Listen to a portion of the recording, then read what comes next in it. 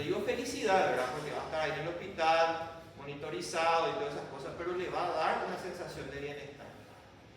Eso disminuye la descarga adrenérgica que tiene el paciente que está infartando, que está con dolor, y eso es un efecto positivo que buscamos muchas veces, ¿entienden? Entonces, todas estas propiedades farmacológicas que tienen los opioides, de una u otra forma, pueden ser positivas inclusive, ¿está bien? No solamente la analgésica, sino los otros, digamos, efectos. Obviamente, el paciente que va a tomar crónicamente, esto puede ser un problema, ¿verdad? Vamos a hablar de eso un poquito más adelante, ¿verdad? Bueno, vamos a hablar entonces de las propiedades farmacológicas, los efectos farmacológicos de los opioides, lo que tiene que ver con la farmacodinamia, como se dice. Entonces, lo primero es el efecto analgésico, que es potente, que producen un buen efecto analgésico siempre y cuando la dosis sea una dosis adecuada, una buena dosis, no una sobredosis. No disminuye mucho el estado de conciencia. El paciente difícilmente que tenga un estado de coma o depresión respiratoria, ¿verdad? Si el paciente toma una correcta dosis. Y el efecto analgésico igual es bueno, es buenísimo, es muy potente, tiene un buen efecto analgésico. Y entonces, franca analgesia, ¿verdad? Puede producir un poco de somnolencia. ¿Qué significa eso? Que si el paciente está pretendiendo viajar por 5 o 6 horas, ¿verdad? No podemos darle, no puede tomar porque le va a dar un poco de sueño, como tomar un antihistamínico, ¿está bien? Que ustedes conocen, ¿verdad? Pero le va a dar somnolencia, le va a dar un poco de euforia, que es algo bueno, ¿verdad? Y disminuye la ansiedad, ¿verdad? Entonces, no hay pérdida de conocimiento a dosis terapéutica. Eso es lo que quiero que ustedes se graben, a dosis terapéutica. Pero en sobredosis, sí, el paciente puede llegar a tener coma inclusive, ¿sí? Bueno, esto es algo, yo no me quiero detener mucho en esto, pero bueno, estas son las vías sensitivas del dolor, y saber que los opioides actúan en diferentes niveles del sistema nervioso, tanto periférico, ¿sí? Porque actúan desensibilizando las fibras sensitivas periféricas a nivel medular, ¿está bien? Y también a nivel del sistema nervioso central. Actúan casi en todos los niveles del sistema nervioso central, ¿verdad? Y de una u otra forma está interrelacionada con otros neurotransmisores en lo que tiene que ver con el mecanismo de acción, con la serotonina, la norepinefrina, que es la noradrenalina, el péptido P, la sustancia P, como se le conoce también, el glutamato. Todas estas sustancias están relacionadas con los estímulos del dolor, con los estímulos de placer, con los estímulos de euforia, y bueno, actúa sobre todo estos neurotransmisores, ¿está bien? Esto es algo más detallado, que ustedes lo van a leer mejor en sus libros, y van a ir a sentarse tranquilamente con un tereré bien frío, ahora y van a tomar y van a leer despacito para que ustedes entiendan, comprendan bien cuáles son sus efectos sobre los receptores, ¿verdad? Y su efecto a nivel de lo que tiene que ver sobre todo con la activación de una neurona periférica, ¿está bien?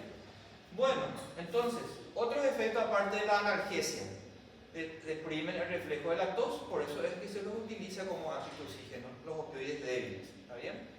Producen euforia, como les dije, ¿verdad? Y esto sí es un problema, digamos, las náuseas y los vómitos. Y comenzamos ya con las reacciones adversas a medicamentos. Uno de los principales problemas de utilizar el tramadol, por ejemplo, que dijo el compañero, tiene, por ejemplo, un paciente con una lumbociatalgia terrible. ¿Conocen ustedes la lumbociatalgia? ¿Alguna persona no tiene problema acá, ciática, como le dicen la gente? ¿Escucharon hablar? ¿Sí? Es una cosa terrible, duele acá la columna y le hace doler toda la pierna, el paciente no puede ni moverse, es terrible, pacientes jóvenes de todas las edades. ¿Qué tipo de dolor es una lumbociatalgia? Neuropático, es muy bien, porque comprime un nervio, ¿verdad? Es la compresión de una hernia de disco, la famosa hernia de disco, se rompe un disco, ¿verdad? Y comprime un nervio y produce ¿cómo era? Dolor, digamos, en el trayecto del nervio ciático, ¿verdad? Pero también tiene un componente nociceptivo, porque se rompe un proceso inflamatorio también acá, ¿verdad? Tiene ambos, ¿verdad? Y es un dolor terrible, ¿verdad?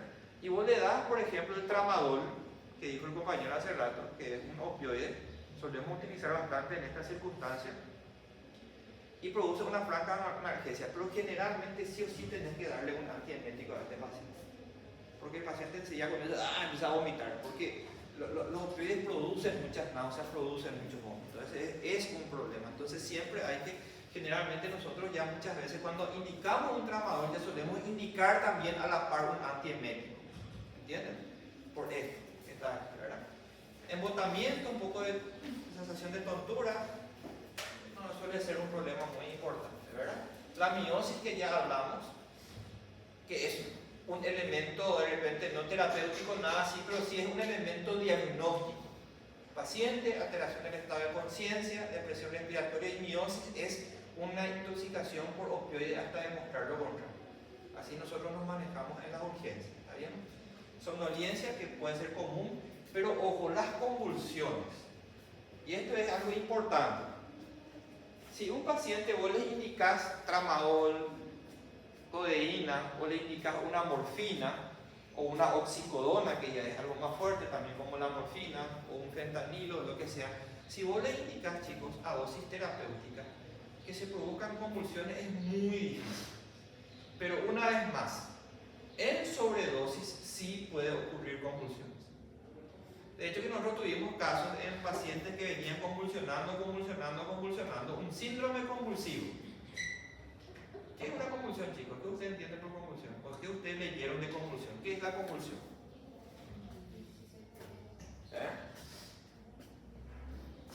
Pérdida de conciencia y también contracción involuntaria de ciertos. Sí, ese es un tipo de convulsión. La convulsión es tónico-clónica. Tónico porque se contraen y clónico porque el paciente tiembla, ¿verdad? Pero solamente ese tipo de convulsiones existen. No, también puede ser. El paciente está en de repente, vos le estás hablando y el paciente te está mirando así, después se despierta así. ¿Qué? No, es totalmente perdido, ¿verdad? Entonces esa es una crisis de ausencia, ¿sí? Ese es un tipo de convulsión. Y las convulsiones pueden existir de muchos tipos. De repente comienza así a moverte el brazo, ¿sí? O de repente vos sentís un olor diferente. ¿Por qué eso es? Porque depende de qué cosa, de que en qué parte del cerebro esté, digamos, el problema, ¿verdad? Y eso es lo que yo les pregunto, ¿qué es una convulsión? ¿Cuál es el problema? El problema es que un grupo de neuronas comienzan a disparar estímulos, ¿verdad? Eso es una convulsión, ¿está bien? Entonces, dependiendo de qué parte va a tener crisis convulsiva, tónico-clónica, ausencias, movimiento, la lengua se mueve la cabeza, o se huele algo, o se ve, digamos, y que puede no estar acompañado de pérdida de conocimiento. Si se acompaña de pérdida de conocimiento, se le dice que es una convulsión generalizada. ¿Está bien? ¿Entienden eso, verdad? ¿Qué es lo que hacen los opioides? Los opioides disminuyen algo que se llama el umbral epileptógeno. ¿Está bien? Porque la convulsión, ¿qué es? ¿Es una enfermedad de por sí? De por sí una convulsión es una enfermedad. Es más bien un síntoma de algo. Por ejemplo, si vos tenés un ACV isquémico, ¿sí? Una isquemia y un infarto cerebral, ese ambiente, digamos ahí, vasogénico, de edema, ahí puede disminuir el umbral, digamos, de convulsiones y puede desencadenar una crisis convulsiva. En ese caso la convulsión es secundaria, ¿está bien? Que puede ser por un ACV hemorrágico, un traumatismo, lo que sea, ¿verdad? Y después tenemos la que es primaria. ¿Cómo se llama cuando es primaria? Que aparece sin que haya un daño. Muy bien, la epilepsia, ese sí es una enfermedad. Enfermedad genética en donde una persona está predispuesta a tener convulsiones genéticamente. ¿Y qué es lo que hacen los opioides? Disminuyen el umbral epileptógeno. ¿Qué significa? Que cuando vos tenés una sobredosis, disminuye ese umbral y vos empezás a tener convulsión, que se acompaña a pérdida del estado de conciencia, que se acompaña con depresión respiratoria, miosis, todo lo que estuvimos hablando. En esas circunstancias, chicos, ¿qué medicamentos normalmente solemos utilizar nosotros para tratar una convulsión? Un paciente viene a la urgencia y está convulsionando, ¿qué es lo que solemos darle así de entrada? Te dieron neuro, tendrían que saber. ¿Cómo? Una diazepina, ¿verdad? El diazepam, por ejemplo, el diazepam es el que más utilizamos, ¿verdad? Está convulsionando ahí, le hacemos diazepam o midazolam, ¿verdad? Una benzodiazepina, muy bien, ¿verdad? Inclusive podemos utilizar un antiepiléptico como la fenitoína. De hecho, que el diazepam y midazolam son antiepilépticos, son anticonvulsivantes en realidad, ¿verdad? Es la palabra más. Entonces tienen efectos anticonvulsivantes. Entonces vos le das un anticonvulsivante. ¿Cuál es el problema de las convulsiones con los opioides? De que vos le das un anticonvulsivante como la benzodiazepina, como la fenitoína, o el ácido valproico, o el tiracetam, todo eso que ustedes ya conocen, y el paciente no deja de convulsionar. El paciente sigue convulsionando, sigue convulsionando, sigue convulsionando. ¿Sí? ¿Les parece que eso puede ser una situación grave? Sí, se llama estatus convulsivo. ¿Bien? Puede ser grave, y cuando vos no le podés parar la convulsión por todos esos mecanismos farmacológicos, vos tenés que tumbar a tu paciente, tenés que inducirle al coma, tenés que intubarle a tu paciente, entra en terapia, así de grave. Si tu paciente convulsiona y no deja de convulsionar, vos tenés que meterle a terapia a tu paciente, tumbarle, apagarle el cerebro, ¿verdad? Porque esas crisis convulsivas, digamos, continua pueden ser peligrosas para el cerebro, ¿entiendes? Entonces, pero es algo que si se puede lo queremos hacer, intubar al paciente y todas esas cosas. Por eso es que probamos primero con el diazepam y todas esas cosas. ¿Por qué yo les hablo de esto, chicos? Porque si ustedes están con un paciente que tiene una crisis convulsiva por consecuencia de una sobredosis de opioides, generalmente no responden a los anticonvulsivantes. Entonces, ¿qué les parece que podemos hacer? ¿Qué ustedes creen que podemos hacer para tratar de cortar las convulsiones sin tener que intubarle al paciente? ¿Qué podemos hacer, les parece? ¿Qué se les ocurre? Muy bien, entonces le vas a hacer el antídoto. Entonces vos le haces el antídoto, tu paciente se va a despertar, va a comenzar a respirar y va a dejar de convulsionar. ¿Entienden?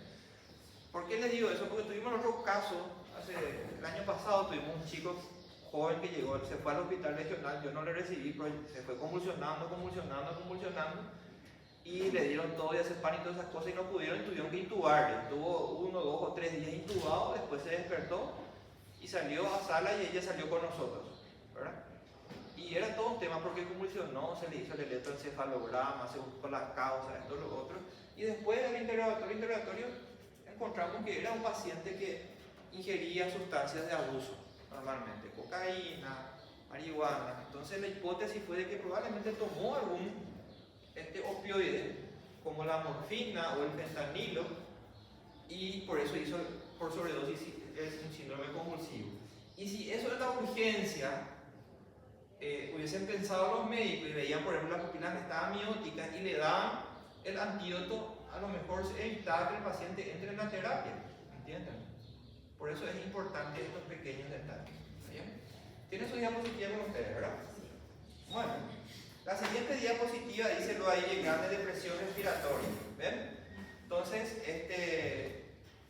con dosis terapéutica es poco frecuente, como dice en la diapositiva. ¿Está bien? La depresión respiratoria franca ocurre en la sobredosis.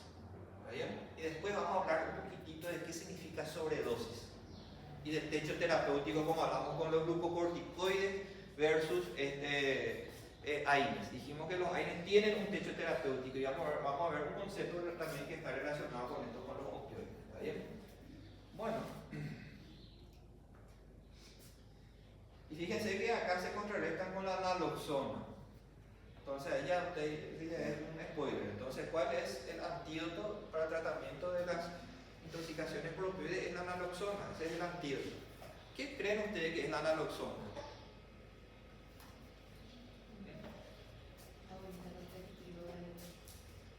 Muy bien, es un antagonista, ¿verdad?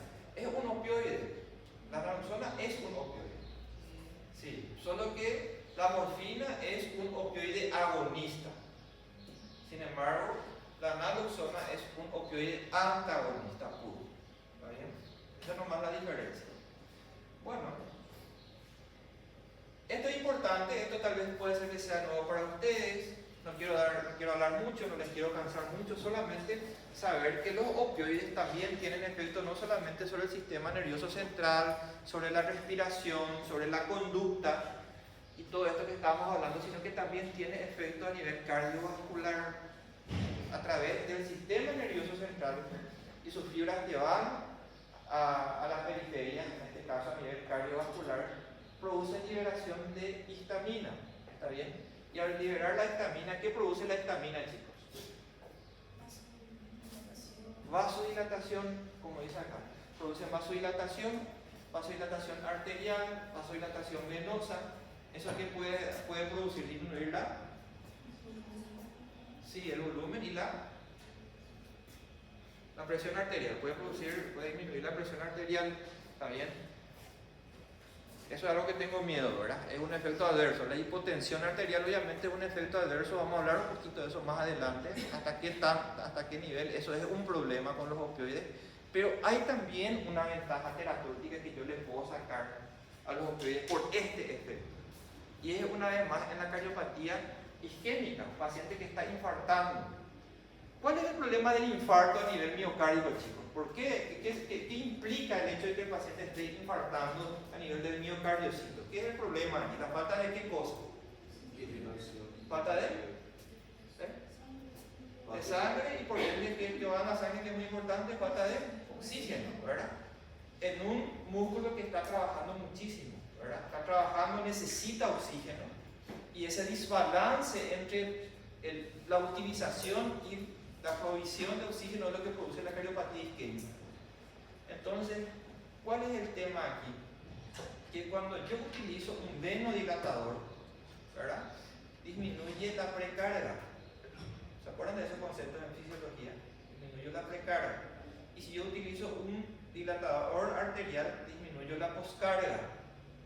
Y al disminuir la precarga y la poscarga, ¿verdad? A nivel periférico, eso actúa sobre el corazón, disminuyendo el trabajo cardíaco. Esos son conceptos de fisiología, chicos, ¿sí? Y al disminuir el trabajo cardíaco, disminuyo el consumo de oxígeno. Por eso es que se dice que al producir venodilatación a través de la liberación de histamina, tiene un efecto antiisquémico hasta cierto punto los opioides. Por eso es que la morfina es un analgésico que se puede utilizar con mucho cuidado, obviamente, pero se puede utilizar en un paciente que está teniendo un infarto. ¿Está bien? Hasta hoy en día se los utiliza, ¿sí?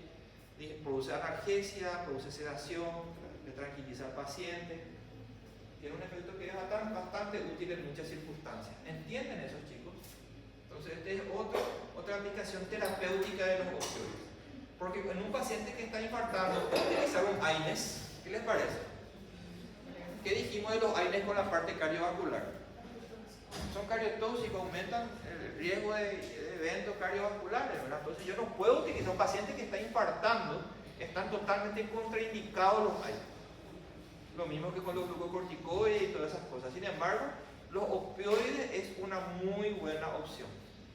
¿Está bien? ¿Qué nomás no tiene que tener el paciente y que contraindica su uso? Esto. Si el paciente está hipotenso, puede ocurrir, ¿qué les parece? Puede ocurrir en un paciente que esté infartando, puede estar hipotenso, ¿sí o no? ¿Qué les parece? Puede venir un paciente que esté infartando y estar con la presión baja. Yo que, no sé si leyeron, pero traten de razonar. Si tenemos un paciente que esté infartando, ¿puede estar hipotenso, sí o no? ¿Y por qué puede estar hipotenso un paciente que esté infartando? ¿Qué produce el infarto? Puede disminuir la contracción de la palabra más, palabra menos, sí, puede disminuir la contracción. Y si disminuye la contracción del músculo cardíaco, ¿qué disminuye? ¿La qué? Puede disminuir la presión, ¿por qué? Porque disminuye el gasto cardíaco. ¿Se acuerdan la fórmula de la presión arterial? Dependía de dos variables, ¿verdad? De la resistencia periférica y del gasto cardíaco. Y si vos tenés un infarto, podés disminuir tanto el gasto cardíaco que el paciente puede estar hipotenso. A eso se le conoce como shock cardiogénico, chicos. ¿Está bien?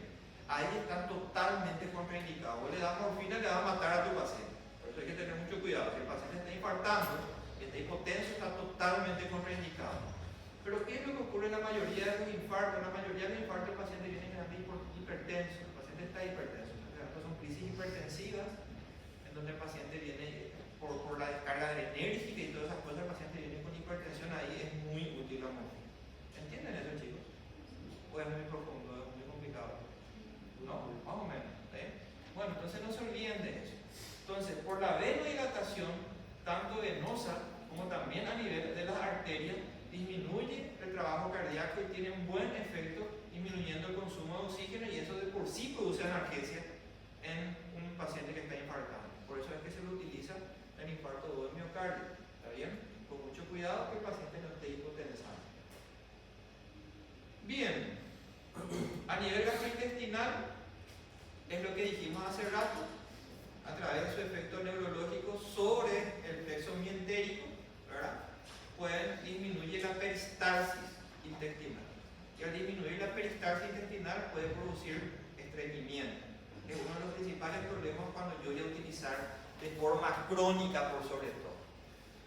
Bueno, ahí viene otra pregunta, porque yo necesito que ustedes entiendan y comprendan y se adentren en este tema, ¿verdad?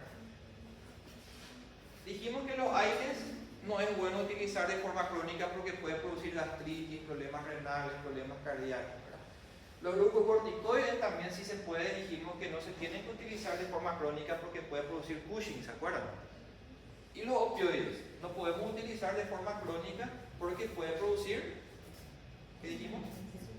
Por sobre todo dependencia. Muy bien. Aún así, ¿escucharon hablar alguna vez de que un opioide se puede utilizar o se utilice de forma crónica? ¿En qué caso?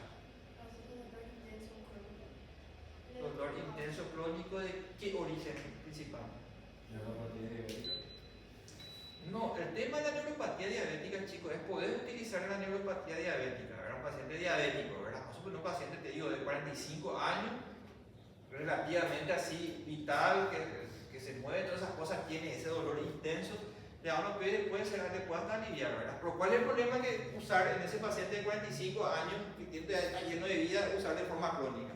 Lo que dijimos, la dependencia y la tolerancia. El paciente cada vez va a necesitar más dosis, más dosis, más dosis, y se va a volver un adicto, ¿no es cierto? Entonces, el dolor crónico no es muy recomendado, chicos, utilizar un opioide, excepto en una circunstancia que es bien puntual. Muy bien, paciente que tiene un cáncer, estadio 4, avanzado, metastásico, a mí que me calienta la dependencia, ¿verdad? Que se vuelva un adicto. Lo que yo no quiero es que el paciente tenga dolor.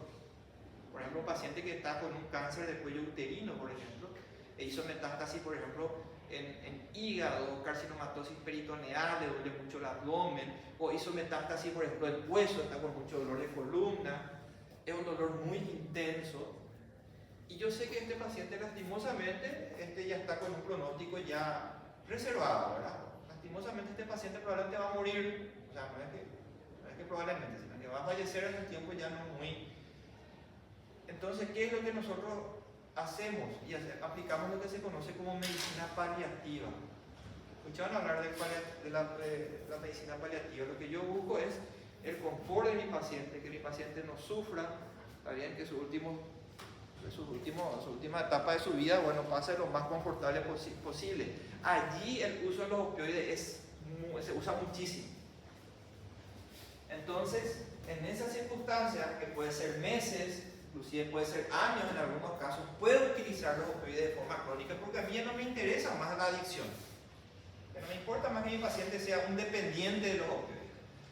Entonces, es allí en donde puedo tener ahí en donde entran a jugar estos problemas como problemas. El tema del estreñimiento, las náuseas, los vómitos y todas esas cosas, ¿entienden? Entonces, yo sí o sí tengo que darle un laxante a estos pacientes. Fíjense que hasta el 95% de los que usan morfina de forma crónica pueden tener problemas de estreñimiento. ¿Está bien? Bueno, este es el mecanismo, ¿verdad? Y bueno, las vías biliares, esto yo le pongo aquí porque esto es un clásico de la medicina. Un paciente que tiene, por ejemplo, una obstrucción de las vías biliares, tiene una pancreatitis. Generalmente la pancreatitis es una enfermedad muy dolorosa. Entonces, uno de los pilares actuales del tratamiento de la pancreatitis es la analgesia. Y siempre se tenía miedo de utilizar morfina, porque el paciente realmente viene con mucho dolor, ¿sí? Pero se tenía miedo de utilizar morfina porque hay un conocimiento teórico de que aumentan la presión del esfínter de Oddi y eso puede empeorar una pancreatitis. Hoy en día eso ya no es así, ¿verdad? Se ha visto a través de los estudios de que la morfina y casi todos los opioides se pueden utilizar con tranquilidad, inclusive en la pancreatitis. Esto les pongo porque muchos probablemente cirujanos antiguos, ustedes probablemente van a tener sus prácticas o van a hacer guardias, y van a decir, no, ¿cómo vamos a utilizar morfina en la pancreatitis? Hoy en día sí se puede utilizar, ¿está bien? Bueno, entonces, hoy en día la morfina es segura en la pancreatitis, es lo que les estaba diciendo. Entonces, la Sociedad Americana de Gastroenterología y eso ya lo recomiendan y se pueden utilizar, ¿verdad? Genitourinarios pueden, así como disminuye la peristalsis, también disminuye a nivel la contracción de la vejiga, aumenta el tono del trígono vesical, entonces puede producir una retención urinaria. Esa dosis alta puede producir una retención urinaria. ¿Sí? Eso es importante saber, suele ocurrir porque los opioides se utilizan en la anestesia, el paciente se opera, se le utiliza alta dosis de anestesia para producir la anestesia, sale a sala y después el paciente se operó, por ejemplo, que se dio una apendicitis o de una colecistitis, por ejemplo, ¿verdad? Y bueno, sale a sala y después de 2 o 3 horas después el paciente no puede orinar, no puede orinar, no puede orinar, y eso generalmente es por el uso de opioides en la anestesia. No es un problema porque eso cuando se va lavando la sangre, eso después pasa, ¿verdad? Es algo transitorio, pero puede pasar, ¿verdad? Y también a nivel de las contracciones uterinas, por eso es que están contraindicadas en la última etapa del embarazo, al igual que los AINES, porque disminuyen las contracciones uterinas, así como relaja la peristalsis intestinal, como relaja la musculatura de la vejiga, también relaja la musculatura del útero. Por eso es que no se puede utilizar en el paciente que está teniendo parto opioides, ¿entienden? Ahora la pregunta es, ¿si va a tener cesárea? ¿Puedo utilizar con tranquilidad? ¿Qué les parece? ¿Por qué? Muy bien, eso es una respuesta. ¿Y otro? ¿Otro motivo? ¿Ah? Sí, eso es lo que está diciendo, ¿verdad?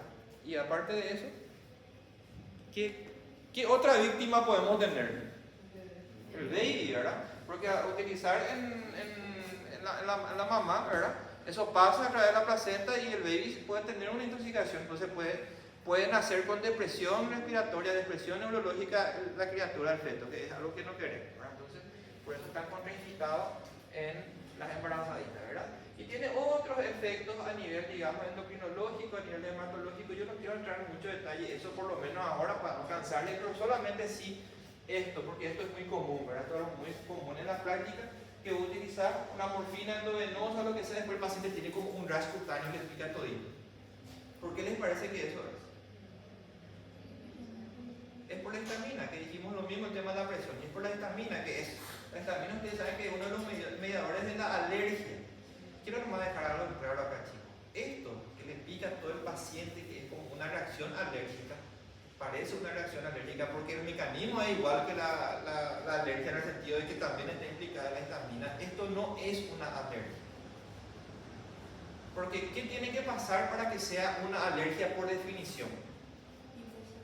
Tiene que haber una sensibilización previa. El paciente tiene una hipersensibilidad, ¿verdad? Así como dice Michelle. Entonces, el paciente tiene una hipersensibilidad, se pone en contacto con un alergeno y dispara la histamina y tiene una reacción alérgica. Entonces, si un paciente es alérgico al diclofenac, ¿puede volver a tomar diclofenac después? No, hay que evitar, ¿verdad? Porque cada vez puede ser peor y esa alergia puede llegar a ser grave, ¿no es cierto? Uno puede tener un shock anafiláctico y todas esas cosas, ¿verdad? Sin embargo, si ustedes están en un hospital y salió el paciente de cirugía, se le aplicó fentanilo, por ejemplo, o morfina en su intraoperatorio, y después a las 3-4 horas les pica toda y la enfermera dice, doctor, tu paciente le pica todo el cuerpo. Y bueno, vos ya sabés ya que es por la histamina y le da un antihistamínico. Súper bien. Ahora, el paciente te va a decir, doctor, mira, y tuve una alergia, yo para las próximas cirugías tengo que evitar ya los medicamentos que me dieron. ¿Ustedes qué les responderían? No, puede volver a utilizar morfina, porque no es una reacción alérgica. Se dispara nomás la histamina y eso produce todo ese cuadro de picazón. Es lo mismo que ocurre con el síndrome del hombre rojo, que ustedes ya conocen, ¿verdad? ¿Se acuerdan del síndrome del hombre rojo? ¿Con qué medicamento ocurre? Muy bien, con la vancomicina. Goteas rápido la vancomicina, hace una descarga de histamina y le picas todo el cuerpo, se vuelve rojo y todas las cosas. No es una alergia. O disminuir el goteo, o sea, suspender, le da un antihistamínico y después poder reiniciar otra vez. No se olviden de esos pequeños detalles que marcan la diferencia, ¿está bien? Entre un buen y no buen médico, ¿está bien? Bueno, entonces esto es un resumen de todo lo que estamos hablando, las reacciones que producen, que relativamente a veces esa reacción puede ser algo negativo, como este paciente que tiene cáncer de próstata y tiene metástasis por todos lados y estoy dando un analgésico y tiene estreñimiento, es un problema. Pero si viene un paciente que está con un pungá y una diarrea, de aquellos, ¿verdad? Esto puede ser beneficioso. Entonces todo es relativo, ¿verdad? Entonces a veces puede ser algo positivo, a veces puede ser algo negativo, ¿verdad? Entonces esa es una peculiaridad de los opioides, ¿está bien? Bueno, vamos entonces a centrarnos un poquito en lo que ya estuvimos hablando. No se van a preocupar, no es pesado, chicos, esto no es nada nuevo, tal vez algunas cositas. Entonces, cuando hablamos de reacciones por opioides, una reacción que yo no quiero, tenemos que, ya les adelanto, tenemos que clasificar en dos tipos de reacciones, chicos. Las que ocurren a dosis terapéutica, que son las reacciones a veces medicamentosas, o sea, ese que vos le decías a tu paciente, vas a tomar codeína, 30 miligramos, cada 6 horas porque tenés tos. El paciente viene con influenza, tiene tos, y a recetar codeína. Súper bien. Hay jarabes que tienen codeína como antitusígeno, ¿verdad? 30 miligramos cada 6 horas, súper bien, ¿verdad? Entonces, el paciente toma en forma. Entonces va a tomar, o este paciente que tiene cáncer de próstata, que vas a darle morfina, ¿verdad? Y que va a tomar todos los días ya probablemente por el resto de sus vidas. Esas son, ahí pueden aparecer las reacciones adversas medicamentosas, que no dependen, o sea, que digamos que ocurre que no ocurren en una dosis supraterapéutica. De eso vamos a hablar primero. Ese es un grupo es una situación. La otra situación es la que ocurre con el adicto o con la criatura de 4 años que está ahí caminando y encuentra ahí un blister de oxicodona y empieza a tomar 3, 4, 5, ¿verdad? Entonces una sobreingesta, una sobredosis accidental o intencional, como en el caso de los adictos, ¿verdad? Entonces se le va un poco la mano con la heroína, con el fentanilo o la morfina, ¿verdad? Y eso es una sobredosis y esa es una circunstancia totalmente diferente. Entonces quiero que ustedes manejen esas diferencias y qué puede ocurrir en una circunstancia y qué puede ocurrir en la otra circunstancia. ¿Está bien? Bueno, entonces vamos a hablar primero de las reacciones adversas a dosis terapéutica, ¿verdad? Y estas son las principales reacciones que ya estuvimos hablando. Gastrointestinal, náuseas, vómito y estreñimiento. Entonces, si yo voy a dar un tramadol a alguien que tiene lumbociatalgia, yo tengo que darle un antiemético ya si se puede, de antemano, ¿verdad? Si el paciente va a tomar de forma crónica una morfina, yo tengo que darle ya un laxante, porque esto puede aparecer. A nivel neurológico puede haber un poco de sedación, un poco de somnolencia, ¿sí? A nivel cardiovascular hablamos nosotros de la hipotensión, chicos, pero a dosis terapéutica, una hipotensión que provoca así una parada cardíaca es extremadamente rara. ¿Está bien? La tolerancia, ¿qué significa tolerancia? Exactamente, ¿verdad? Que es un mecanismo neurológico y de comportamiento en donde el paciente cada vez necesita más dosis para tener el mismo efecto. Eso ocurre con los opioides, ¿con qué más? ¿Otro medicamento que puede ocurrir eso? Las benzodiazepinas, muy bien. La dependencia física y psíquica que lleva a la adicción, y existe esto, tal vez esa norma usted, neurotoxicidad inducida por opioides, es una condición clínica que está relacionada con ciertos metabolitos y que produce un cuadro neuropsiquiátrico como un episodio de demencia. ¿Está bien? Trastorno conductual de demencia, el paciente hace como una crisis así, cuadro confusional donde pierde la memoria, se comienza a tener un estado así donde el paciente está un poco confuso, dice palabras incoherentes y está relacionado con un metabolito que se genera en ciertos pacientes. Se conoce eso como neurotoxicidad inducida por opioides y hay que tener en cuenta cuando presentamos, indicamos un opioide que puede ocurrir, ¿verdad? Acá está justamente, ¿verdad? Entonces es síndrome clínico asociado al consumo de opioides y que se caracteriza por alteración cognitiva. ¿Qué significa cognitiva? Digamos que el paciente dice cosas que no tienen sentido, coherencia, inclusive de repente un poco de alucinaciones, puede llegar a eso, el paciente está confuso. Es como un cuadro de demencia. Demencia, para que ustedes sepan, famoso, o sea, abuelita o caducada, dice la gente, ¿verdad? Está caducando, ¿verdad? Entonces es más o menos eso, ¿está bien? Es como el Alzheimer, los diferentes tipos de demencia, ¿está bien? Bueno, la tolerancia es lo que estuvimos hablando, que es la necesidad de incrementar la dosis para producir el mismo efecto, ¿verdad? Entonces, para tener en cuenta, eso ocurre sobre todo por el tema del dolor y el placer.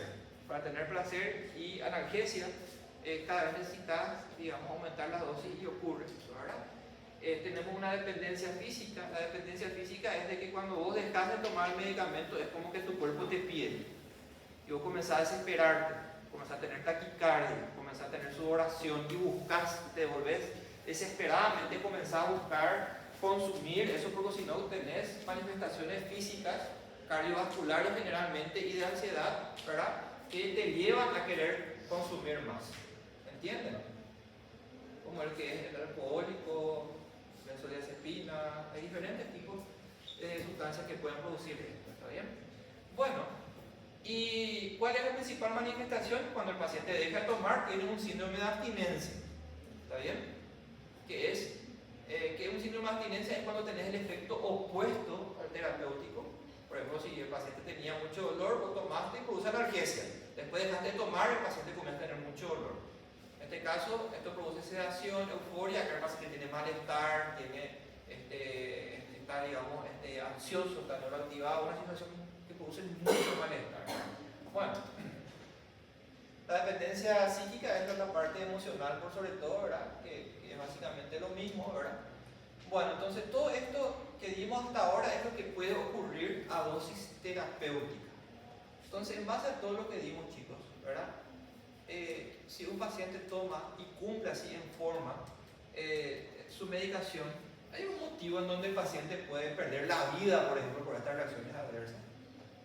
No, ¿verdad? O sea, no son molestosas como el estreñimiento, las náuseas, ¿verdad? La dependencia, qué sé yo, ¿verdad? Pero no hay, digamos, un riesgo vital. Es por lo que nosotros hablábamos hace rato, ¿verdad?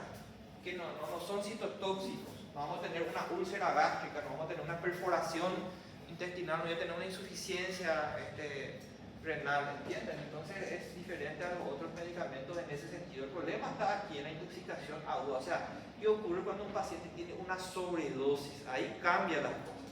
Y lo primero que podemos tener es la tríada clínica característica. Entonces le puedo preguntar cuál es la tríada clásica de una sobredosis. Y es la depresión neurológica, que puede llegar al coma. A diferencia de las benzodiazepinas, tenemos una depresión respiratoria. El paciente deja de respirar por un efecto central, ¿está bien? Y la miosis, que es por sobre todo una cuestión que tiene que ver con algo que me va a ayudar a mí a hacer el diagnóstico, ¿está bien? Entonces esta es la tríada característica. Aparte de eso, puedo tener una hipotensión franca. A diferencia de lo que ocurre a la dosis terapéutica, que puedo tener una hipotensión ortostática no más, que no suele ser peligroso. En este caso yo puedo tener un estado, el paciente puede ir en un estado de shock, puede ir francamente hipotenso. ¿Está bien? ¿Qué es la hipotensión ortostática? Me olvidé de hablar de eso hace rato.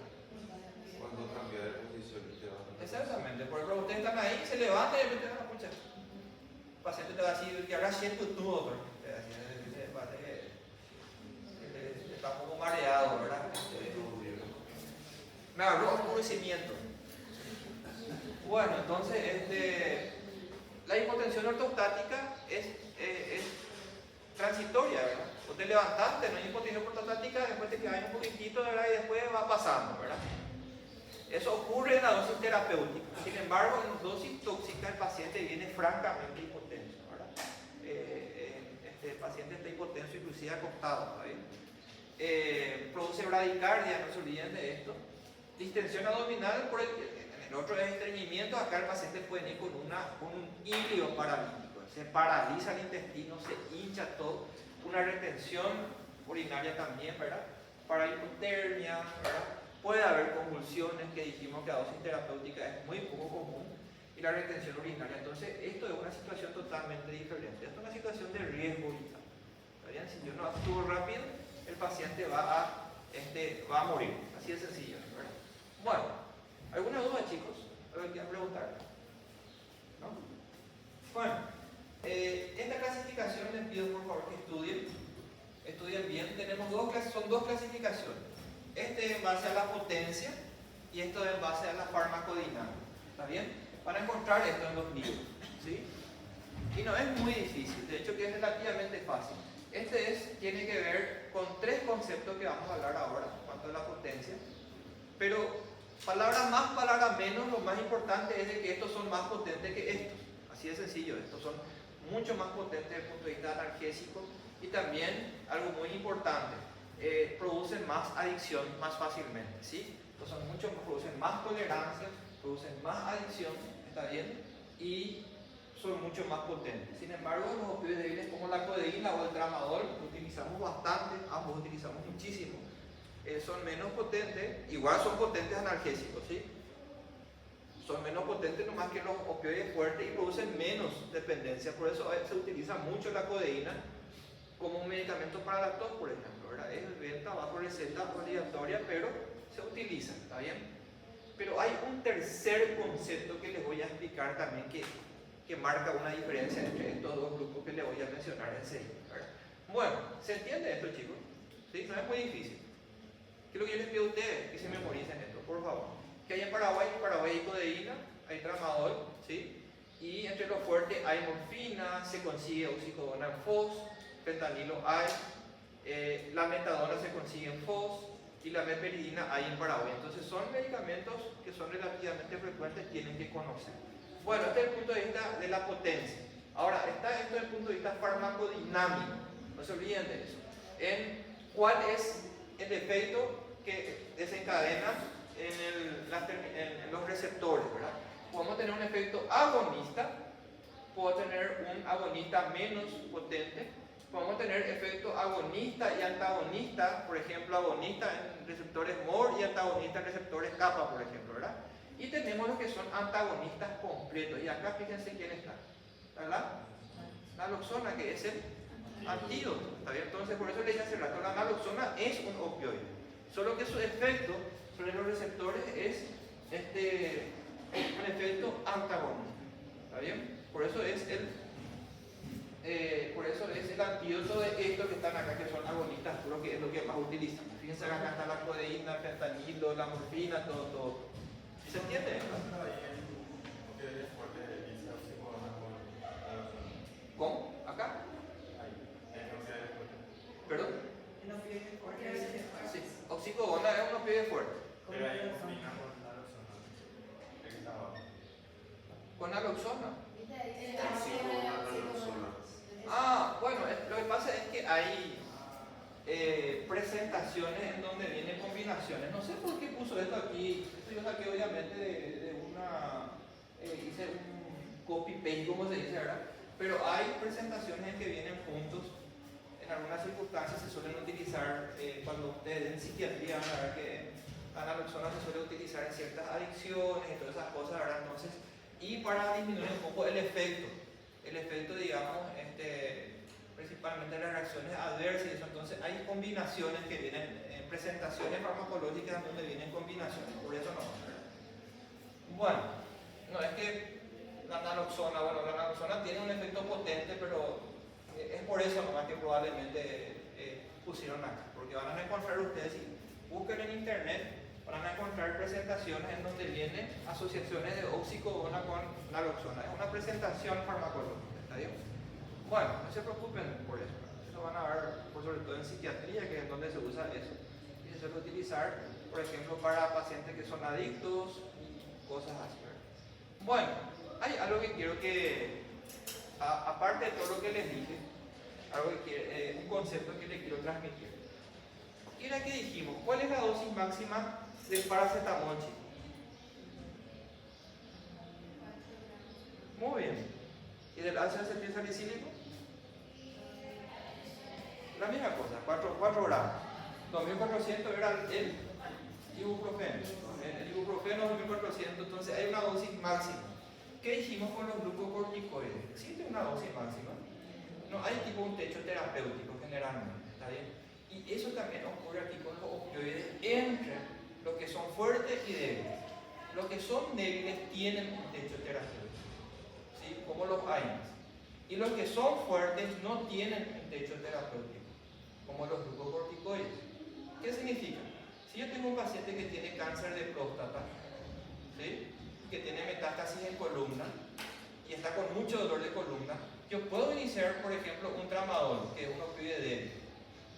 Y le inicio, por ejemplo, a 50 miligramos cada 12 horas, le sigue doliendo. Puedo aumentar 50 miligramos cada 8 horas, le sigue doliendo. Le puedo aumentar a 100 miligramos cada 8 horas, le sigue doliendo. Y llego a una dosis máxima de tramadol, ¿sí?, de 400 miligramos al día. Esa es la dosis máxima del tramadol. Después de esa dosis, yo ya no voy a tener efectos beneficiosos, así como los hay. Y sin embargo, sí aumentan las posibilidades de reacciones adversas medicamentosas. Eso no ocurre con los opioides fuertes. Tal es así que si mi paciente no está respondiendo a esto y llegué ya a la dosis máxima del tramadol, yo tengo que pasar a un opioide fuerte como la morfina. Y ahí yo voy a comenzar a una dosis de 2,5 miligramos cada 4 horas, la dosis inicial de la morfina. Y yo puedo ir aumentando cada día, hasta cuando, y no hay un techo terapéutico. Lo que yo no puedo hacer es iniciarle bruscamente 30 miligramos cada 4 horas. El paciente se va a intoxicar, va a tener una sobredosis y te va a hacer todo lo que hablamos del paro respiratorio. Entonces, yo inicio a una dosis mínima y voy aumentando. Por ejemplo, yo le inicié 2,5 cada 4 horas al paciente que tiene el cáncer de próstata y al día siguiente le pregunto qué tal. No me duele todavía, entonces yo cada día voy aumentando en un porcentaje. Hay una forma de hacer eso, que es paliativista principalmente, porque el paliativismo es una especialidad médica. Hay médicos que se especializan en medicina paliativa, ¿está bien? Entonces ellos saben cómo ir aumentando la dosis, y eso tiene todo su porcentaje que se aumenta cada día en el caso de los opioides, ¿está bien? Entonces, la diferencia de techo terapéutico, chicos, no se olviden, ¿está bien? Entonces, la potencia es mayor con lo fuerte, el riesgo de adicción es muy mayor con lo fuerte, la depresión respiratoria obviamente es mayor con lo fuerte, ¿verdad?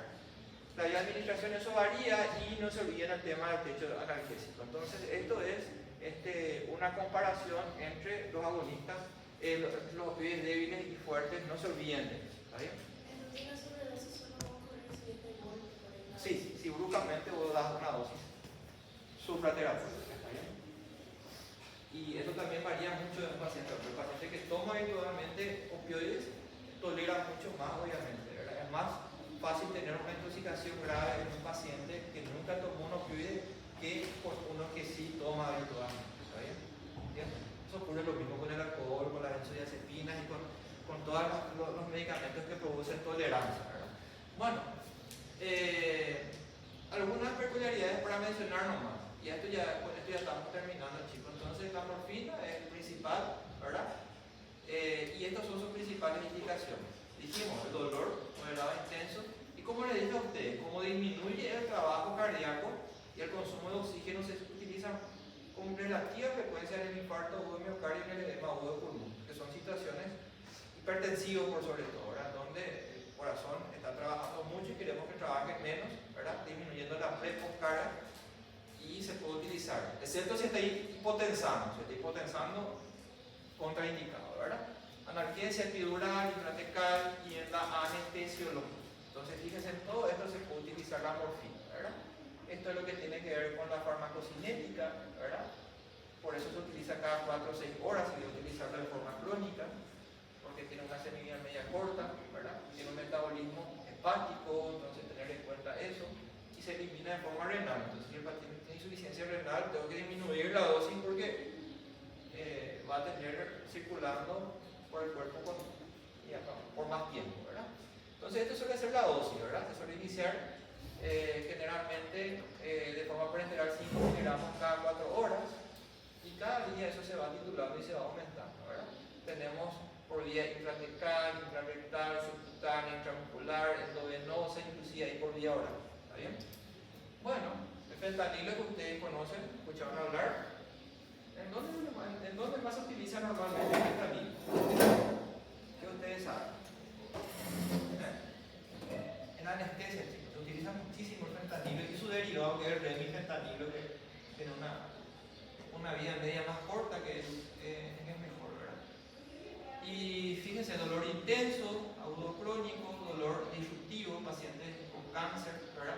En la anestesia y sedación en pacientes intubados. Estas son las principales. Fíjense que acá no van a encontrar infarto de miocardio, no van a encontrar, al igual que la morfina, como antitusígeno, como antidiarreico, no, ¿verdad?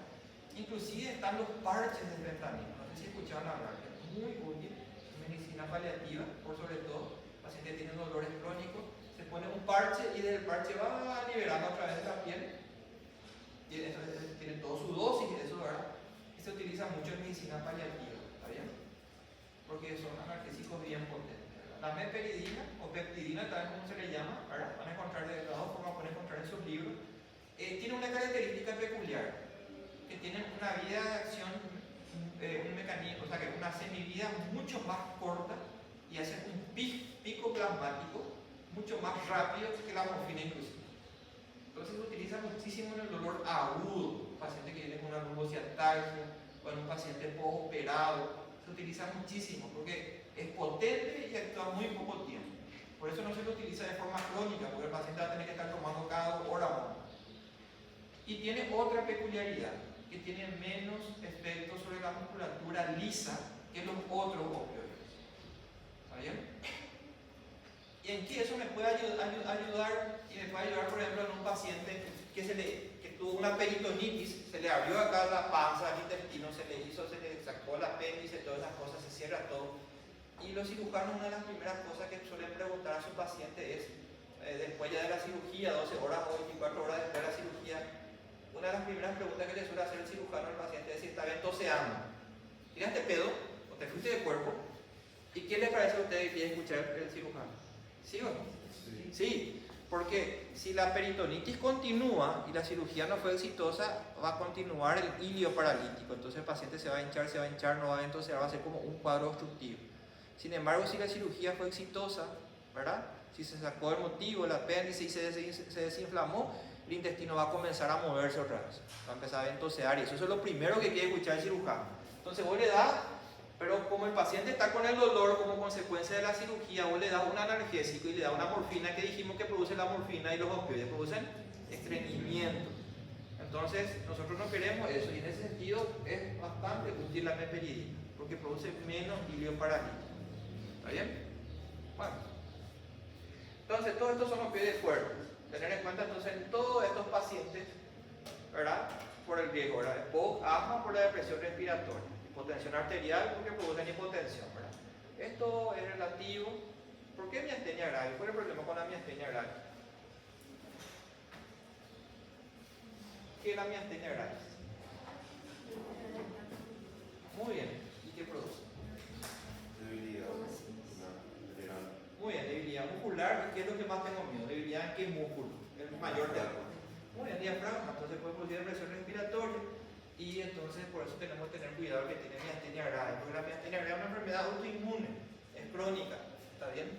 Bueno, desarrolla tolerancia a dependencia, la abstinencia, tema de la insuficiencia renal y hepática y abuelitos tener en cuenta esto, ¿verdad? Ahora vamos a mencionar algunos que son débiles. Entonces acá fíjense que ya entra ya esto que les dije, el techo terapéutico. Entonces tenemos un techo terapéutico con estos medicamentos, ¿verdad? ¿Y la codeína para qué se utiliza? Se utiliza para el dolor moderado o severo, se utiliza, puedes iniciarlo con un débil y si no te funciona, después te va a uno fuerte. Se puede hacer, ¿está bien? Fíjense como un antitusígeno, ¿verdad? Una tos seca, no se olviden de eso, ¿verdad? Y en el cuadro diarreico, ¿verdad? Entonces se puede utilizar en estos casos la codeína, ¿verdad? Lo que tiene que ver con la farmacocinética, ¿verdad? Tramadol.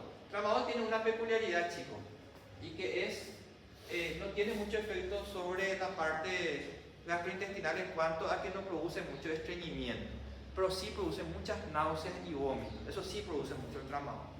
Utilizamos muchísimo, chicos, el tramadol. Hay para hacer de forma parenteral y también hay por vía oral. Y es muy útil, es muy buen analgésico y tiene un plus que actúa sobre el metabolismo de la serotonina y eso hace que tenga un efecto muy positivo en el dolor neuropático. Por eso utilizamos mucho la leucociatalgia, en la neuralgia, digamos, en las neuralgias, las polineuropatías, tienen un efecto muy interesante, ¿verdad? Solo que puede producir algo que se llama síndrome serotoninérgico, pues te van a ver el año que viene en tu psicología y todo eso, ¿verdad? Y como siempre, es un opioide débil, por eso tiene un techo terapéutico, ¿verdad? Bueno, entonces fíjense, acá no se utiliza como antitussígeno, no se utiliza como del infarto, es para el dolor. Tramadol es para dolor, ¿está bien? No se utiliza para la diarrea, ¿está bien? Entonces el tramadol se utiliza exclusivamente para dolor, ¿está bien? Y bueno, esto es lo que tiene que ver con la escala analgésica del dolor. Si yo tengo un paciente que viene con un dolor de garganta, no le voy a dar morfina, ¿verdad? Le voy a dar AINE, paracetamol o metamisol, que dijimos que era. ¿Qué dijimos que era metamisol?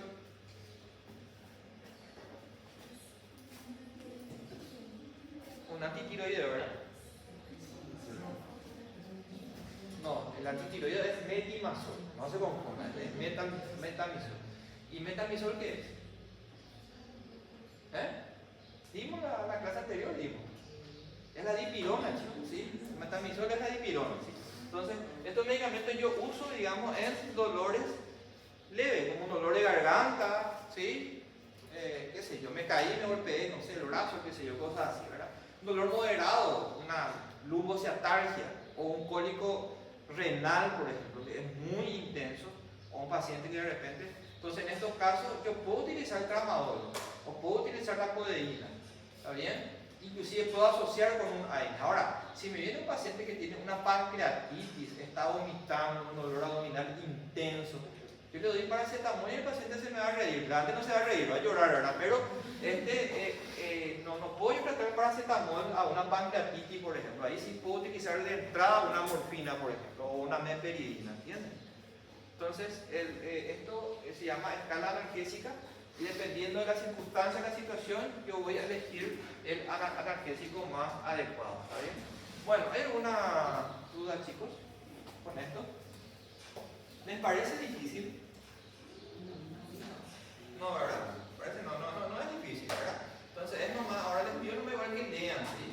Lean por favor sus libros, ¿verdad? Ahí te va a explicar con mucho más detalle, especialmente esta parte molecular, la parte del mecanismo de acción, y le va a explicar todo lo que estuvimos hablando de los mecanismos, ¿está bien? No se olviden de las clasificaciones, débil, fuerte, los agonistas, antagonistas, y qué implica que sea débil, qué implica que sea fuerte, ¿verdad? Y obviamente todo lo que tiene que ver con las principales implicaciones, reacciones adversas y todo eso, ¿está bien? Bueno.